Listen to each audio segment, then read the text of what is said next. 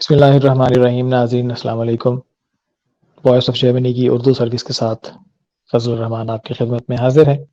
جیسا کہ آپ دیکھ رہے ہیں میرے ساتھ امتیاز الحق صاحب آج پھر تشریف فرما ہے. اور امتیاز الحق صاحب ماشاءاللہ ایک بڑے منجھے ہوئے صحافی بھی ہیں، اور خاص طور پر رشیا میں ان کا بہت لمبا عرصہ گزرا ہے، جیسا کہ پچھلے پروگرام میں آپ نے سنا. آج کا ہمارا جو پروگرام ہے وہ ایک کرنٹ افیئرس کے اوپر چھوٹی سی گپ شپ کے حوالے سے ہے. گپ شپ اس سینس میں کہ ہم کوشش کریں گے کہ جو معلومات ہمارے پاس موجود ہیں مختلف موضوعات کے حوالے سے ہم ایک اوپن جنرل گفتگو کریں اور آپ کو حالات حاضرہ سے آگاہ کریں. آج کی جو مین خبر ہے وہ یہ ہے کہ اب تک بہت زیادہ خبریں اور خدشات ظاہر کیے جا رہے ہیں کہ لندن آج ٹیئر 5 لاک ڈاؤن کی جانب بڑھ رہا ہے. آج کی تاریخ میں 900 سے زیادہ اموات وہاں پر ہو چکی ہیں اور 50,000 سے زائد لوگ ہیں جو ان کے اندر کورونا کا ٹیسٹ پازیٹیو آیا ہے. تو یہ ایک بہت ہی پریشان کن خبر ہے. دوسری طرف امید کی کرن بھی موجود ہے. آج یو کے نے اپنی ویکسین جو انہی کے ملک میں تیار ہوئی ہے برطانیہ کے اندر، اس کو بھی لائسنس دے دیے ہیں اور حقوق دے دیے ہیں کہ وہ اس کو باقاعدہ لوگوں میں انجیکٹ کر سکتے ہیں اور اس کے ساتھ فائدہ ہوگا. کہا یہ جاتا تھا کہ جب یہ لاک ڈاؤن لگے گا تو اس سے انفیکشنز کی تعداد میں کمی ہوگی، اور اس کے باوجود جو انفیکشنز کی تعداد ہے روزانہ ہزار بلکہ 50,000 تک آج ایک ملک میں پہنچ جانا ایک چھوٹی چیز نہیں ہے. تو بات یہ ہے کہ دو باتیں ہیں، یا تو پہلے ٹیسٹ کم تعداد میں ہو رہے تھے اور یا پھر لوگوں نے احتیاط نہیں کی، اور آج تقریباً 10 دن یا 11 دن لاک ڈاؤن کے ہو جانے کے بعد اب آہستہ آہستہ لوگوں کے ہاں سمٹمز آ رہی ہیں اور وہ ٹیسٹ کے لیے جا رہے ہیں. لیکن پھر بھی 50,000 میں جو آج کے ٹیسٹ ہیں اگر پچھلی تعداد دنوں کی دیکھی جائے تو وہ کم از کم 4 سے 5 لاکھ افراد بنتے ہیں، اور 4 سے 5 لاکھ افراد میں سے اگر 900 افراد کی اگر آج ڈیتھ ہوئی ہے جو کورونا کی وجہ سے یا کورونا میں مبتلا ہوتے ہوئے کسی اور بیماری کی وجہ سے وفات پائے ہیں، ان کو بھی کورونا ہی کے زمرے میں لیا جاتا ہے. یہ بھی آپ کو بتا دیں کہ یہ نہیں ہوتا کہ جو شخص کورونا میں مبتلا ہو کر اس کی وجہ سے مرا ہو وہی کورونا کا شکار قرار دے کر اسٹیٹسٹک میں آتا ہے، بلکہ ہر وہ شخص جس کو کورونا کا پازیٹیو ٹیسٹ آیا ہے گو کہ وہ کورونا سے اس کی وفات ہوئی ہو یا نہ ہوئی ہو، اس کو کورونا ہی کی اسٹیٹسٹکس میں لیا جاتا ہے کیونکہ وہ کورونا پازیٹیو تھا. تو اس لحاظ سے اگر دیکھا جائے تو یہ نمبر اگر ریئلٹی میں دیکھا جائے کچھ کم بھی ہو سکتے ہیں. بہت سارے بوڑھے افراد ہیں، پھر ویسے بھی ہاسپٹلس کے اندر ایک نیچرل پروسیس ہے کہ 60 ملین یعنی کہ تقریباً 6 کروڑ کی آبادی میں اگر روزانہ کی جو ایک سرٹن ایک نمبر آف ڈیتھ ہے وہ اگر ہو رہا ہے تو لازمی نہیں ہے کہ وہ صرف کورونا کی وجہ سے ہو. لیکن بہرحال نمبر جو ہے وہ ایک بہت پریشان کن نمبر ہے اور احتیاط لازم ہے، اور ہم اپنے سننے والے سامعین اور ناظرین سے یہ درخواست کریں گے کہ اپنا ہر لحاظ سے خیال رکھیں، ہائیجین کا خیال رکھیں، فقط ہاتھ دھونے پر ہی زور نہ دیں.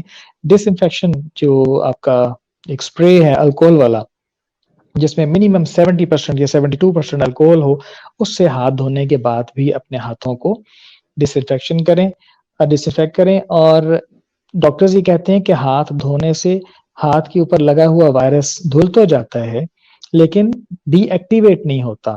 تو ہاتھ کے اوپر الکوہل سے ہاتھ کو رب کر کے صاف کرنا دراصل حقیقی صفائی وہی ہے. فقط صابن اور پانی جو ہے وہ آپ کے ہاتھوں کے اوپر اگر 2 ارب وائرس ہیں اس میں سے اگر 2.25 ارب سے زیادہ وائرس دھل بھی جائیں تو بھی اتنی تعداد باقی رہ جاتی ہے کہ وہ آپ کو نقصان دے سکتی ہے.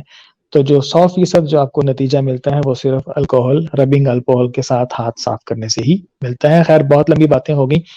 امتیاز صاحب کیا حال ہے آپ کے؟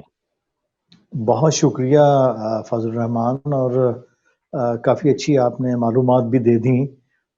کچھ میں بھی فضل میری بیٹی آئی ہوئی ہے انگلینڈ سے، تو ایک تو وہ وہاں کی نیشنل ہے، وہاں رہتی ہے، ابھی 27 سال کی اس کی عمر ہے، اور محنت سے اس نے وہاں پاسپورٹ تو لے لیا.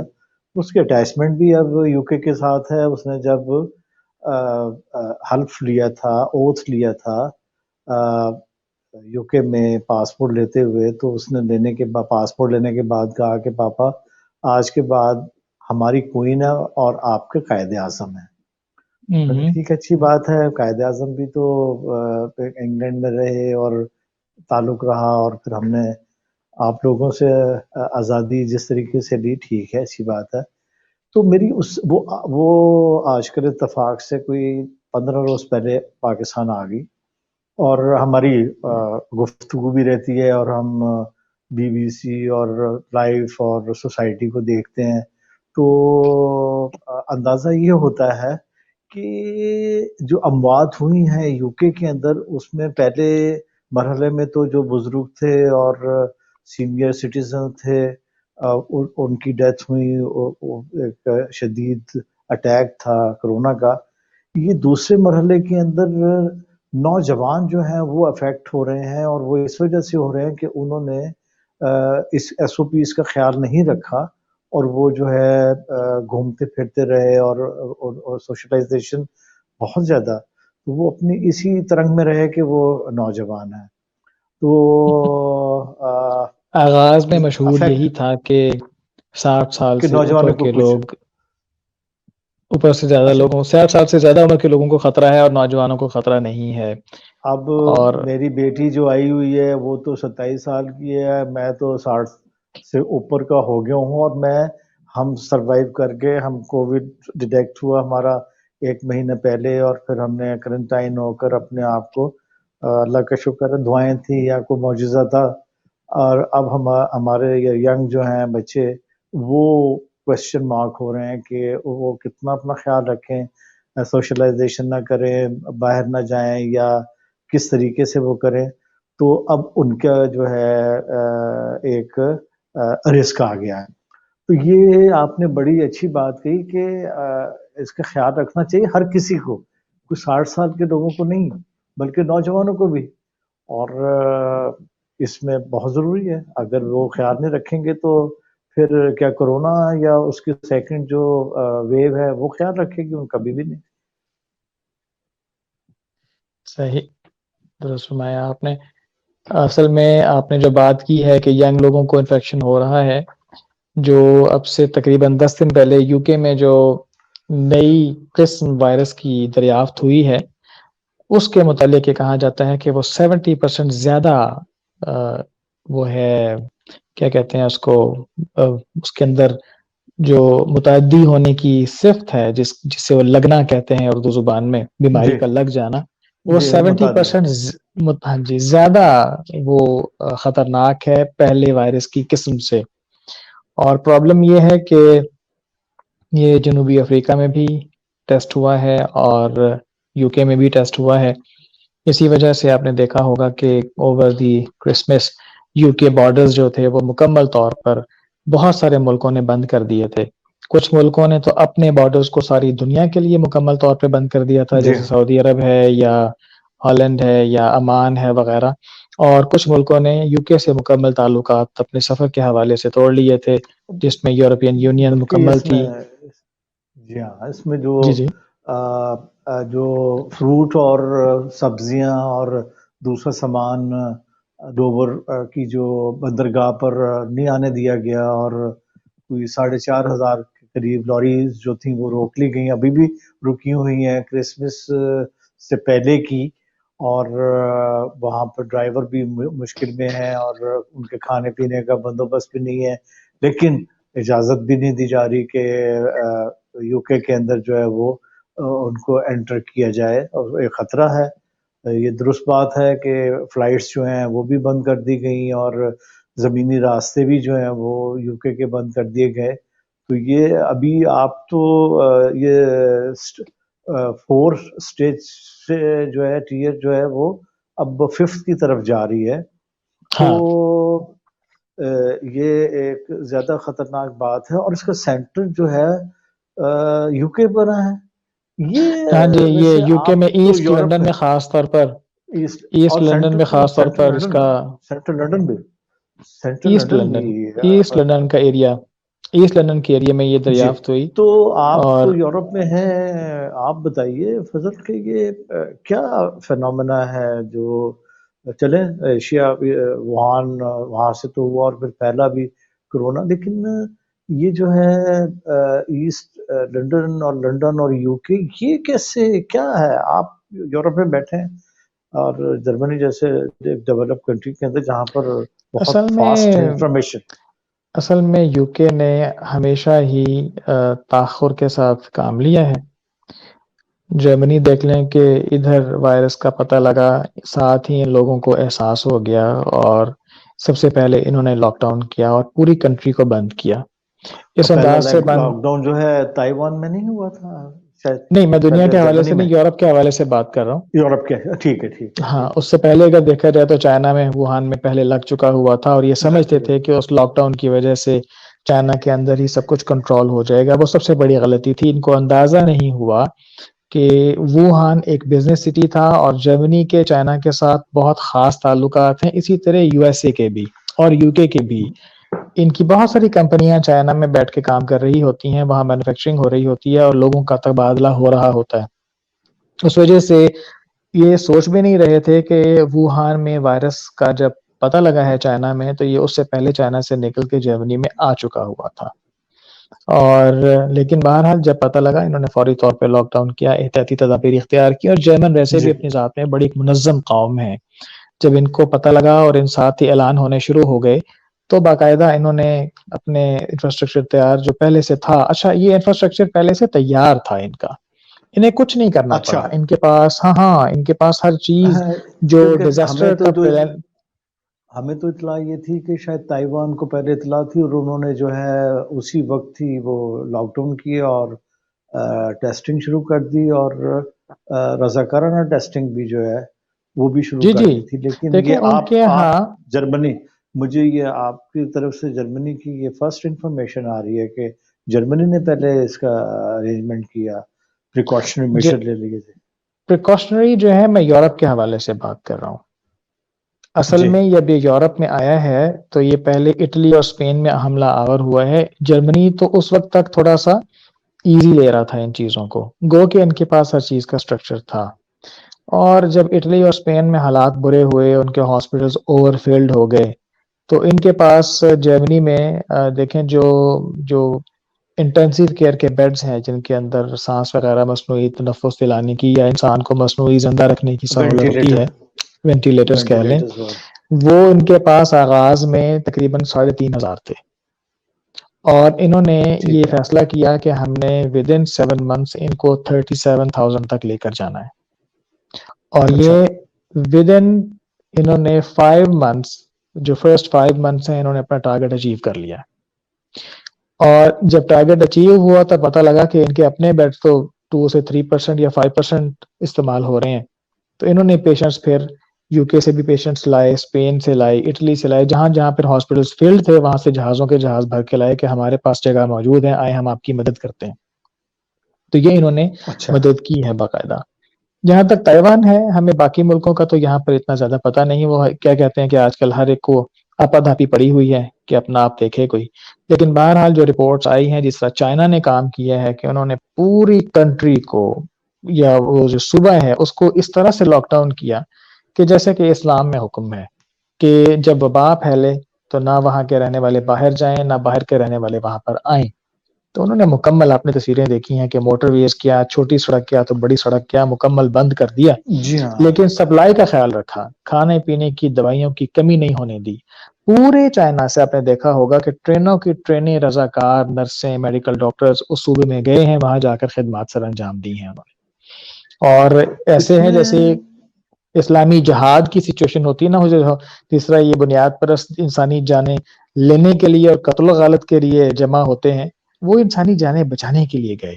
وہ بھی ایک بڑا پیارا منظر تھا. وہ ایک انسانیت کی بہت پیاری پازیٹیو تصویر تھی کہ لوگ اپنے جی پیاروں کو گلے مل کر، ان سے جدا ہو کر اس مصیبت زدہ خطے میں اپنے بھائیوں کی خدمت کے لیے جا رہے تھے. وہ چائنا کی تصویر شاید دنیا میں کہیں اور نہیں ملی ہمیں.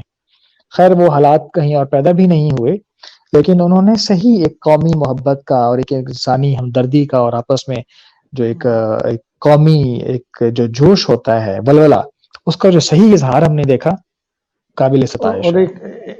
ایک انہوں نے مثال بھی قائم کی کہ ووہان میں جو 7 days کا ان کا جو ریکارڈ تھا ہاسپٹل بنانے کا، انہوں نے ہاں اس سے میسج یہ دیا کہ کس طریقے سے جو ہے دنیا اور لوگ اپنے لوگوں کو بچانے کے لیے ایک جذبے سے اگر کام کریں تو اس میں کوئی مشکل نہیں پیش آتی اور کامیابی ہو سکتی ہے. تو ہمیں ایک تو یہ کرونا نے جو ہے ایک کامن میسج دیا ہے، ورلڈ میسج اقوام کو، قوموں کو، کہ ایسے موقع پر جب قومیں جو ہیں لوگ متاثر ہو رہے ہوں تو مل کر جو ہے وہ کام کرنا چاہیے. ایک یکجہتی، ایک سولیڈیرٹی، ایک زندگی کو نئے رنگ اور ڈھنگ کے ساتھ سمجھنے کا موقع بھی ملا ہے. تو آپ کیا سمجھتے ہیں کہ یہ جو کرونا ہے اس پر سبھی ممالک جو ہیں وہ قابو پانے کی کوشش کر رہے ہیں، عوام اس میں شریک اور عوام متاثر ہو رہے ہیں، اور دیکھیں بات کچھ یہ ہے، ممالک نے مثال قائم کی ہے. اور یہ بالکل اینجلا مرکل نے جو ہے ان کو تو کافی سراہا بھی گیا ان کے اقدامات کو، اور اس کے اپوزٹ جو ہے امریکہ میں ٹرمپ پر کرٹیسائز کیا گیا، ان کو تنقید کا نشانہ بنا. بائیڈن ابھی تک بنا رہے ہیں. اور ابھی تو ہم نے گفتگو کی شروعات ہی انگلینڈ سے کی کہ وہاں کس طریقے سے کیا مس ہینڈل ہوا ہے، یا ابھی تک ہم ٹیڈروس نے جو کہا ہے WHO کے ہیڈ نے کہ بھئی یہ کوئی آخری وائرس نہیں ہے، سب کو مل کر جو ہے اس دنیا کے ساتھ کام کرنا پڑے گا. تو آپ کیا دیکھ رہے ہیں اس کو کہ یورپ خاص طور پہ بریگزٹ کے بعد کیا جرمنی جو ہے اس قابل ہوگا کہ یورپین یونین کے اندر وہ اس جذبے کو اور اپنی پالیسی اور اپنے کامیاب ایک تجربے کو جو ہے وہ اس طرح اپلائی کر سکے یورپ کے اندر کہ وہ بریگزٹ کے بعد UK کے لیے بھی مثال بنے اور دنیا کے لیے بھی مثال بنے؟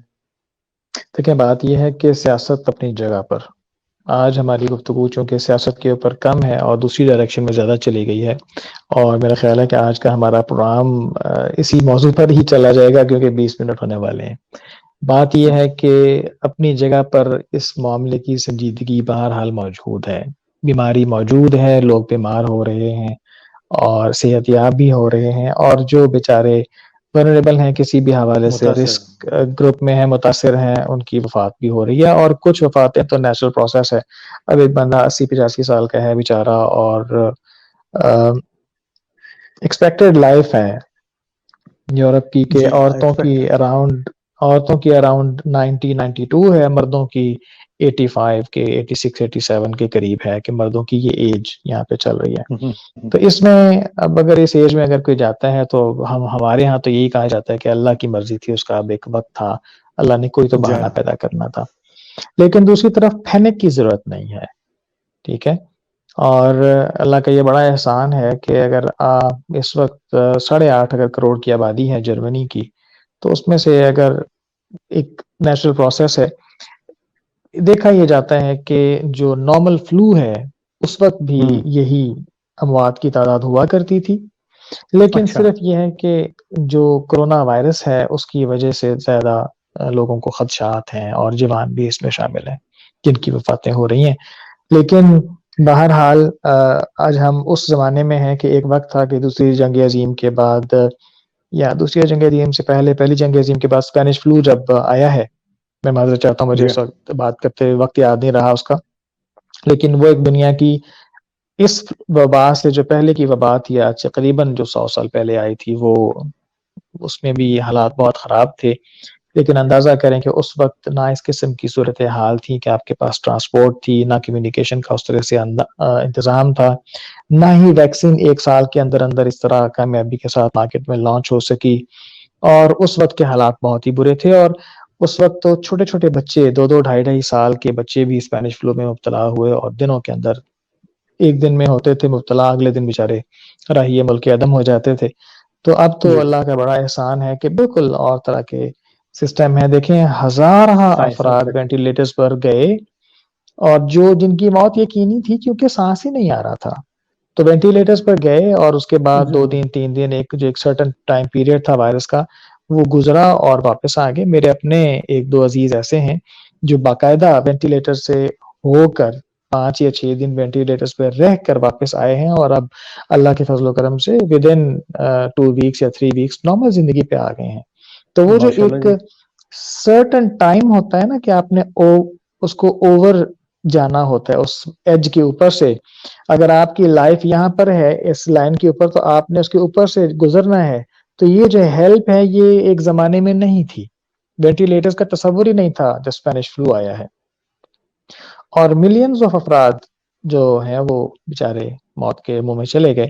اب تو زمانہ بالکل اور ہے, بس یہ ہے کہ احتیاط کریں, غیر سنجیدگی سے نہ لیں. بہت سارے لوگ ہیں جو کہتے ہیں جی کچھ نہیں ہے, یہ ہے وہ ہے, لیکن دیکھیں ہے, میرے اپنے گھر میں ڈاکٹرز ہیں جو جب گھر آ کے بتاتے ہیں کہ آج ہم ہاسپٹل سے آئے اور اتنے لوگ وہاں بیمار تھے, تو دنیا میں تو باہر کہانی ہے, جن کا میڈیکل پروفیشن سے تعلق نہیں ہے وہ یہ کہانیاں سن سکتے ہیں, لیکن میرے تو اپنے گھر میں قریبی 4 ڈاکٹرز ہیں جو ہاسپٹل سے ہو کر آتے ہیں تو بتاتے ہیں, ظاہر ہے میرے اپنے سگے تو مجھ سے جھوٹ نہیں بولتے اور وہ خود خام خواہ پریشان نہیں ہوتے. تو جو ایگزسٹ کر رہی ہے چیز وہ ڈیفینیٹلی ایگزسٹ کر رہی ہے, صرف یہ ہے کہ احتیاط اور احتیاط کی ضرورت ہے.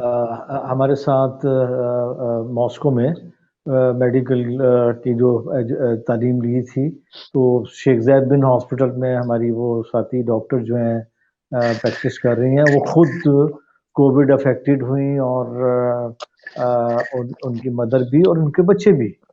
تو مدر جو ہے ان کی ڈیتھ ہوئی لیکن وہ سروائیو کر گئیں اور اللہ کا فضل ہے وہ ابھی اپنی ڈیوٹی پر بھی ہیں, بچے بھی ٹھیک ہیں.